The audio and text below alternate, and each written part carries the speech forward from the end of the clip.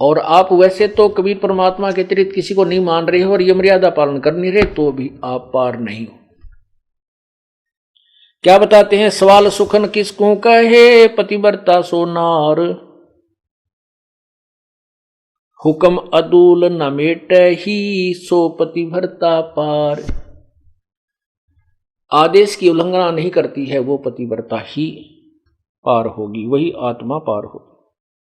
अवश्य सुनिए जगत गुरु तत्वदर्शी संत रामपाल जी महाराज के अमृत वचन।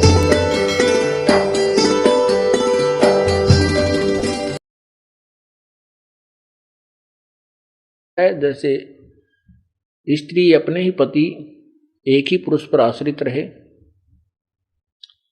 ऐसे ही आत्मा एक पुरुष यानी एक परमात्मा पर आश्रित रहे, कबीर भगवान पर। पतिव्रत सुकर्मी सो जानिए, एक पुरुष से रात, निर्दाव निर्भयता ना दूजे से बात।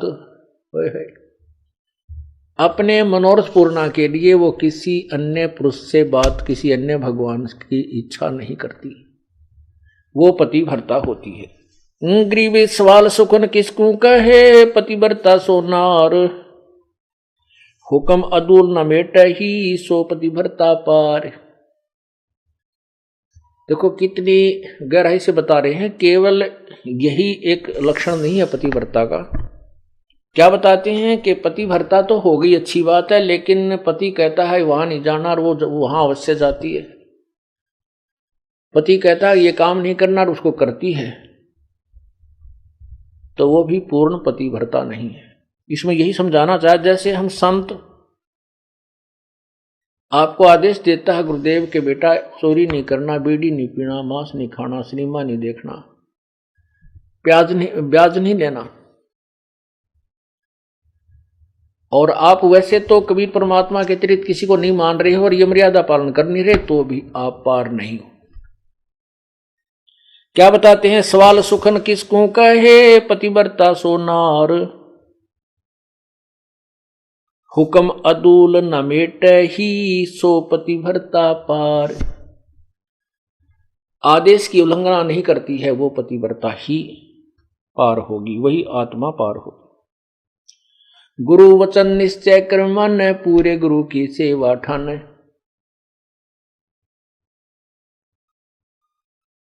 भाई जो गुरु वचन पे डट गे रकट गे फंद 84 के, कट गे फंद 84 के, कट गे फंद 84 के। भाई जो गुरु वचन पर डट गे रकट गे फंद 84 के। वस्तु मिली ठोड़ की ठोड़, मिट गी मन पापी की दौड़। वस्तु मिली ठोर की ठोर, मिट गी मन पापी की दौड़। भरम मिटे मुथरा काशी के, भरम मिटे वो मुथरा काशी के। भाई जो गुरु वचन पर डट गे, कट गे फंद 84 के। अब जो गुरु की आज्ञा का पालन करते हैं, सत्साधना करते हैं, फिर उनको वस्तु मिल जाती है जिसकी तरफ में वो घूम रहे थे। फिर वो मथुरा में भगवान रहता है, वहां परिक्रमा देने से भगवान मिलता है, वृंदावन जाने से मिलता है, काशी में भगवान है। कहते ये भ्रम हमारे फिर सब मिट गए।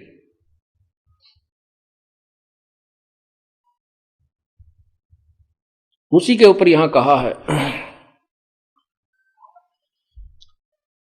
घर आंगन एक सारे है, वचन उल्लंघना होई।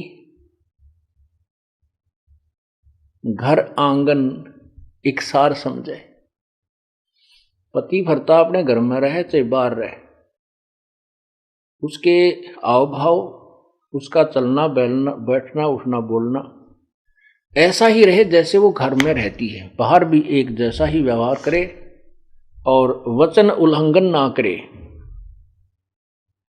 घर आंगन एक सारे है, वचन उल्लंघना होई। आन खसम से ओलने, पतिव्रता है सोई।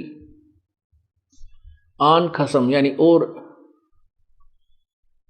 अन्य पति नहीं बनावे, उससे ओलना माने आड रखे,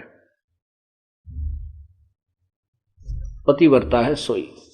आन खसम से हंसत है वो चंडी चोर चुड़ैल, जिनसे क्या घर बासे है घर में बसे घुड़ैल। अब क्या बताते हैं परमात्मा के, जैसे कोई पतिव्रता स्त्री दूसरे पुरुष के साथ मजाक करती रहती है,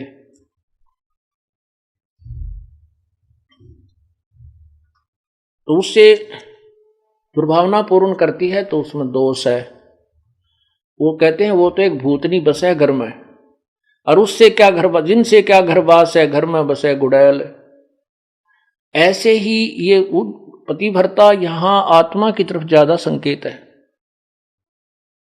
परमात्मा कहते हैं कि मुझे ऐसे ही अच्छे नहीं लगोगे यदि तुम ऊपर से तो कबीर साहब करते हो, अब कबीर पंथी हैं, कबीर साहब के मानने वाले, अंदर से सारे ही देवताओं की पूजा करते रहते हो। आन खसम से हंसत है वो चंडी चोर चुड़ैल। परमात्मा इतने नाराज होते हैं। कहते हैं परमात्मा 100 वर्ष सतगुरु की पूजा एक दिन आन उपासी, वो अपराधी आत्मा फिर पड़े काल की फांसी। 100 वर्ष तो ये साधना करते रहना जो हम आपको बता रहे हैं, और एक दिन अन्य पूजा कर लेना, परमात्मा कहते हैं वो अपराधी आत्मा पड़े काल की फांसी। तो ऐसी गलती क्यों करेंगे हम? तब करेंगे जब हम ज्ञान नहीं सुन पाएंगे, और ज्ञान उस दूसरे अज्ञान के लोगों से हम ज्यादा संबंध रखेंगे तो वो हमें विचलित कर डालेंगे। यहां जींद के अंदर एक रमेश जैन भक्त है, अब भी हमारा सेवक है वो। उसकी पत्नी को दौरे पड़ते थे, दमा था उसकी पत्नी को, दमा था उसकी। एक लड़की को दौरे पड़ते थे, 2 जुड़वा बच्चे थे, वो बहुत बीमार रहते थे। महीने में 2-2, 3-3 हजार रुपए का उनका डॉक्टरों का मेडिकल का खर्चा होता था। एक भक्त ने उनको समझाया कि आप हमारे गुरुदेव से उपदेश लो, कबीर परमेश्वरी की शरण में आओ, आपके सब झंझट मिट जाएंगे। काफी कुछ कहने से उन्होंने मान लिया, और फिर वो टर्म एंड कंडीशंस भी बता दी उसको कि ये नहीं करना आपने। जब तो उन्होंने मान लिया ठीक है हम तो बहुत दुखी हो गए हैं, इनको पूजा करते करते और साधनाओं से हमारी दुर्गति हो रही है, तो हम क्या करेंगे, हम नहीं पूजेंगे उनको। उन्होंने उपदेश ले लिया। उपदेश लेने के बाद उस बहन के 2-3-4 महीने तक कोई दमा नहीं, लड़की का दौरे पड़ा करते, उसका कोई दौरा नहीं, बच्चे स्वस्थ हो गए। वो तो इतनी खुशी मनाई, ओहो हे भगवान, भगवान मिल गए हमें। तो परमात्मा कहते हैं पर्वत पर्वत में फिरा, कारण अपने राम, राम जैसे संत मिले जिन सारे सब काम। अब क्या हुआ कि उसने वो 3-4-5 महीने के बाद ये गुग्गा पीर का दिन आ गया, गुग्गा नौमी आ गई। उसकी पड़ोसन आई, कहने लगी है कमलेश, और गुग्गा की पूजा नहीं करी तूने? वो बोली ना हम ना करा कर, हमने छोड़ दी, मारे तो जो ना गुरु का नाम ले लिया। वो किसी और पंथ से संबंधित थी, वो दूसरी लड़की जो बहन आई उसके पास, वह कहने लगी नाम तो हमने भी ले रखा है पर पूजा सारी करनी चाहिए ना, तो ये नाश कर देंगे, उनका फलाना करना ना। वो अपने पंथ के उसके विषय में बताने लगी कि ऐसे उसने हमारे पंथ का है कि उन्होंने ये पूजा छोड़ दी थी, उनका एक का बेटा था वो मर गया, अब तो भाई सारी पूजा करते हैं, और भी वो भी करने लग गए। तो वह डर गई कि कदे भाई सतयुगा पीर दुखी कर दे, उसने वो पूजा पाजा अपनी कर दी। पूजा कर दी तो अगले दिन वो लड़की तो दौरा पड़ने लग गया। उस कमलेश ने सांस नहीं आवे, दमा हो गया, न्यू का न्यू, और दोनों लड़कों की तबीयत खराब है। अब उस सेठ लाला जी को पता नहीं था रमेश को कि गड़बड़ कर रही है नालायक, वो घर पे आया और वो वह स्थिति फिर होगी। उसने उस भगत से संपर्क किया कि भाई मारा तो फिर होगी वह बात,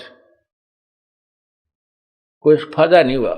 वो बोला भाई ऐसे कैसे हो सकता, तो 4-5 महीने तेरे ऊपर ऐसा मेहर बख्शी है, आज कैसे नहीं हो सकती है, कैसे मानूं मैं तेरी बात, अब देख ले चाल। वो दोनों आगे,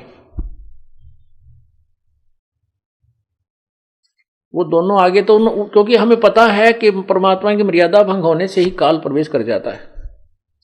या तो सीता के चारों तरफ जो लक्ष्मण ने रेखा खींची थी ना, ये लक्ष्मण रेखा समझ लेना मर्यादा भगवान की, और इसको तोड़ते ही या दुर्गति शुरू हो जाएगी जो सीता की हुई थी। अब वो राम कोई बौड़ा नहीं था जो लक्ष्मण ने ये कहा तू या तो आइए मत भूल कर भी, रावत इसको चारों तरफ ये मंत्र पढ़ कर या रेखा खींच देना। अब सीता अपने आप में सियाणी बन गई। जब रावण आया एक साधु का भेष बनाकर भिक्षा मांगने लगा, तो सीता ने कहा कि आ जाओ महात्मा जी, ले जाओ भिक्षा ले जाओ। अब जो ही वो निकट आया उस रेखा के, तो उसमें लपट निकली, रावण 10 कदम दूर खड़ा हो गया। तो उसने कहा कि माई भिक्षा देनी है तो बाहर आकर दो, नहीं तो हम नाराज हो जाएंगे, ये कर देंगे। इसमें तुमने पता नहीं क्या मंत्र पढ़ रखा, ये मुझे आगे नहीं आने दे रही। अब सीता जी ने सोची कि बिजली पड़े साधु तो है, 1 मिनट में देकर आटा डालकर वापस आ जाऊंगी। तो या तो उसकी नालायक सोच थी अपनी, जबकि वो महापुरुष कह के गए थे से बाहर मत निकलना रही, साधु है तो अपन आ जाएगा अंदर। यदि ये साधु है तो इस लक्ष्मण रेखा को पार करके आ जाता। तो साधु भी कहां है वो, इस रेखा से डर गया। तो उसने ऐसा ही किया, मर्यादा भंग कर दिया, लक्ष्मण रेखा उल्लंघ गई। फिर देखो क्या दुर्गति हुई, रावण उठा ले गया। 12 वर्ष तक उस रावण के बाग में बिरान मट्टी हुई। पुण्यात्माओं, ये लक्ष्मण रेखा समझ लेना जो परमात्मा के नियम है। यदि तुमने अपनी सुरक्षा चाहिए तो लक्ष्मण रेखा से बाहर मत जाना, फिर देखना खेल मालिक का। तो उसने क्या हुआ कि वो कहने लगा भाई तुमने कोई और पूजा की है। रमेश बोला ना बिल्कुल नहीं, कति नहीं कर दिया, हम तो छोड़ दी सारी उस दिन तक। अब उसका गले उतरा नहीं उस भगत के कि तो हो ही नहीं सकता, जब तक हम मर्यादा नहीं तोड़ेंगे तो यह हानि नहीं हो सकती, यह हमारे भगवान का नियम है। तो वह लड़की उस रमेश ने पूछा उस कमलेश से, क्यों वो घर में रहती है, कितने कोई और पूजा की? वो बोली ना, मैं क्यों करूं थी। वह नो डरती ना बतावा कर तरही थी कि भी गड़ेगा, सोमा होगा, गुस्सा होगा। तो भक्त यूं कह रहा था जी मैं वैसे ही घूमतू ऐसे ऐसे बाहर न निकल गया, परमात्मा ने भेज दिया।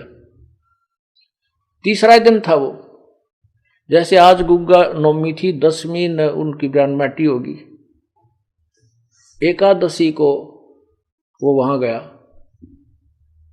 तो घूमता घूमता पीछे को चला गया, बरंडे के साइड में, एक पिछली साइड में बरंडा था, बरंडे से रसोई के पीछे, रसोई बरंडे के अंदर खुला थी, पीछे उसके खाली स्थान था वैसे नीचे कच्चा।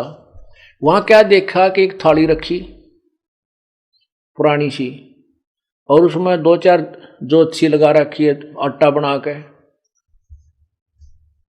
तो उसने कहा कि आ भाई रमेश आजा दिखाऊं तेरे को, ये क्या है। कमलेश से पूछा कि वो क्या किया तने, वो क्या पूजा कर रखी है। फिर बताई उसने, आने वाली मैंने गुग्गा पीर की पूजा कर ली। वो भगत बोला वो गुग्गा फिर आ गया, थारा मुश्किल तक काटा था। यो गुग्गा फिर बुला लिया तने, मुश्किल से निकाला था गुरुदेव ने, परमात्मा कबीर जी ने, अब चाट ले गुग्गा ने, पूज ले। तो वो फिर लग गया वह पैर पकड़ने, वह कहने लगी भाई मैं तो माफी मांगूंगी गुरु जी तय। तो उन्हें कहा भाई माफी मांग, परमात्मा से जाके पूर्ण उपदेश लो, तुम तो काम कति बिगाड़ दिया, थारी सुना तो सुना, ना भी सुना। तो रमेश ने भी बहुत धमकाई हुआ बेबे, उसने सारी बताई जी मैं डरागनी थी। और कोई आसपास यहाँ मेरे दूसरा सहयोग था नहीं जिसे मैं पूछूं अपने भगत का, वहां कोई भगत नहीं था। और मैंने सोची कि बिजली पड़ा है, एक दो बत्ती ला दूंगी, गुग्गा भी राजी हो जाएगा। इन गुग्गा राजी कर तांबरान माटी करवा रहे हैं। हमने एक ही प्रभु को प्रसन्न करना है। एक साधे सब सदे, सब साधे सब जावे, माली सींचे मूल को वो फले फूले अगावे। एक ही साधने से, एक ही पूजा करने से जड़ की तो पौधा परिपक्व बड़ा हो जाता है, वृक्ष बन जाता है, फिर आम के फल लगते हैं। यदि हम टहनियों की तरफ से उसको गाड़ कर जमीन में लाकर बैठ जाएं उगाकर, तो सभी पौधा ही नष्ट हो जाएगा। अर्थात शास्त्र विरुद्ध साधना करने से हमारा भक्ति रूपी पौधा बर्बाद हो जाएगा। तो क्या बताते हैं, 100 वर्ष सतगुरु की पूजा, एक दिन आन उपासी, वो अपराधी आत्मा फिर पड़े काल की फांसी। तो पुण्यात्मा फिर आए मेरे पास। जब हम छुड़ानी से सब जाते रहते थे, हमारे गुरुदेव भी छुड़ानी जाते थे। वो केवल इसलिए जाते थे कि वहां भक्त आते हैं, उन भक्तों को समझाया जा सकता, वो भ्रमित हैं सभी, वो यथार्थ ज्ञान से परिचित नहीं है। फिर उसके बाद हमारा उनसे मन मुटाव बन गया, क्योंकि गुरुजी शरीर त्याग कर चले गए थे सतलोक, और छुड़ाने वाले की जो क्रियाएं थी वो शास्त्र विरुद्ध थी, सदग्रंथ के विरुद्ध करते थे। हम जनता को सच्चाई बताते थे तो उनकी दुकान बंद होने के कागार पर आ गई। इसलिए उन्होंने हम नहीं सुहाए तो हमने अपना अलग से करौथा में आश्रम बना लिया।